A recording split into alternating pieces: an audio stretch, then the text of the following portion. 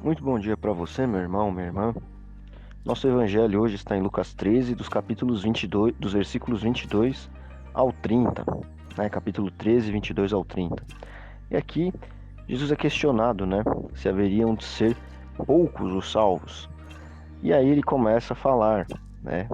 Começa aqui falando que as pessoas ali que estavam ao redor dele deveriam se esforçar para adentrar pela porta estreita. E ele assegurava que muitas pessoas iriam procurar entrar e não conseguiriam. A porta estreita é ele próprio, né?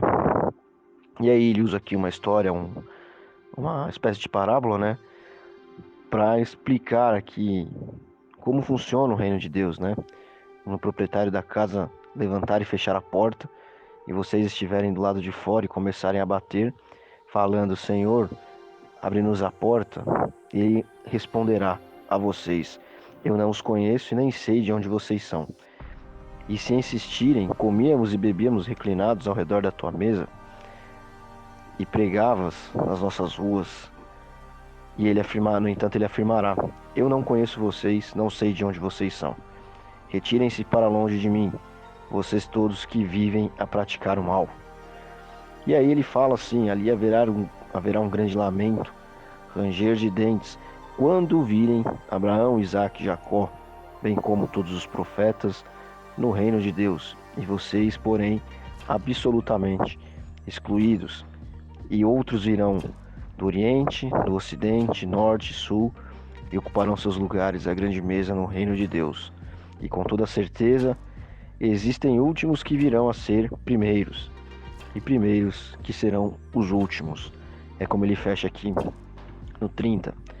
E existem alguns elementos bem interessantes aqui, né? Existem muitos cristãos que se apegam à realidade do inferno e ficam vivendo a sua vida cristã em torno daquilo. Não, porque eu não quero ir para o inferno, né? Pregam em torno disso. Olha, converta-se a Cristo, porque no inferno haverá ranger de dentes e lamento e sofrimento, como se esse fosse o caminho para aproximar as pessoas de Cristo. E é exatamente o oposto. Aqui Jesus, por exemplo, fala de grande lamento e ranger de dentes quando essas pessoas, e aqui ele está se referindo aos chefes religiosos principalmente, mas também mais acima, como a gente vai ver, ao povo de Israel que viu ele face a face e não reconheceu nele a salvação. Mas ele diz aqui no 28 que haverá sim um lamento e um ranger de dentes, é como se fosse um arrependimento profundo, né, uma agonia, quando esses líderes virem Abraão, Isaac, Jacó, ou seja, os patriarcas, né, de Israel, cuja lei eles seguiam, né, cuja linhagem eles se orgulhavam de ter, cuja religião eles praticavam, né, a mesma religião, era o mesmo Deus que eles buscavam, né, Yahvé, a divindade, né, ou seja, quando eles vissem ali os principais do seu povo, figuras importantes para eles, e os profetas também, que falaram a respeito do próprio Cristo, mas que aqueles líderes religiosos não conseguiam enxergar isso, eles sim se veriam totalmente excluídos e veriam, né, sentiriam esse lamento, essa profunda agonia aqui. Esforçar-se para entrar pela porta estreita é bem complicado. Ontem mesmo nós falávamos alguma coisa a respeito disso, lá na Ibrave, quando nós falamos que entregar a sua vida a Cristo não é algo tão simples como parece, embora Ele possa nos ajudar a alcançar isso. Mas não é algo tão simples eu ter paz, eu não, enfim, não querer fazer as coisas por mim mesmo, eu pedir a sabedoria dele e ser guiado por ele de fato, né?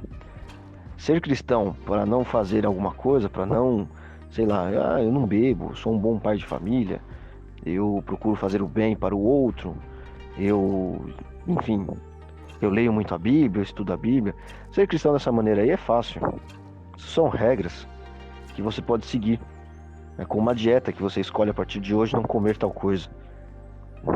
Pode ter o seu grau de dificuldade até que você acostume com aquilo e deixe de fazer. Ser cristão e passar pela porta estreita é isso, né? E muitas pessoas, por exemplo, ontem mesmo tiveram de provar disso.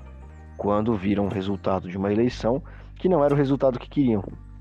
Já que essas pessoas confiavam mais na figura humana que ocupava a cadeira da presidência, ou será que de fato têm a sua confiança em Jesus? Sabem que são guardadas por Ele, né? Então, que hoje a gente, enfim, faça um esforço para novamente entrar dia a dia por essa porta estreita, que é Cristo, né? Ele estava aqui se referindo a Ele próprio. Ele fala, inclusive, de pregação pelas ruas aqui, que as pessoas não deram ouvidos, falando justamente do povo de Israel. Jesus combateu muito o sistema farisaico, o sistema religioso da época, do judaísmo, que havia se tornado ali a realidade naquela época dele, mas ele também está dizendo aqui a respeito do povo. O povo de Israel entregou ele para o Império Romano, apenas executá-lo. O Império Romano em si talvez não tivesse feito o que fez sem o elemento crucial do povo de Israel, escolher Barrabás e não Jesus, da elite religiosa, entregá-lo para o Império Romano, porque, enfim, era algo possível de ser feito ali na forma de administração romana, né? Enfim, não dá pra gente entrar nisso aqui agora, mas que nós possamos enxergar a porta estreita e entrar por ela de fato, não só de falar, eu sou cristão, eu sigo a Jesus, eu confio em Cristo. Confiar em Cristo é uma atitude, não é um vocábulo, não é falar, não é uma palavra, é ação. Nós precisamos confiar de fato em Cristo. Isso é mais difícil do que parece. Essa é a porta estreita. Os moralistas vão falar que a porta estreita são os pecados. Porque a porta é estreita, porque eu não consigo vencer tal pecado. Porque nós temos que viver uma vida de santidade. Nada disso. A verdadeira porta estreita é essa. É confiar de fato em Cristo. Será que essas pessoas que vivem dessa forma, uma vida limpinha e cheirosa, confiam de fato em Cristo? Ou confiam nos seus esforços humanos para supostamente agradar o Espírito Santo, supostamente agradar a Cristo, e se apoiam nisso e não na figura real de Jesus, que aceita mais os imperfeitos do que esses que buscam viver a perfeição e apoiar a sua fé nos seus atos humanos. Então que essa palavra fique conosco hoje, também nos traga de certa maneira até um acalento aí, em vista dos últimos fatos que nós estamos vivendo no Brasil. Deus abençoe você. Até amanhã.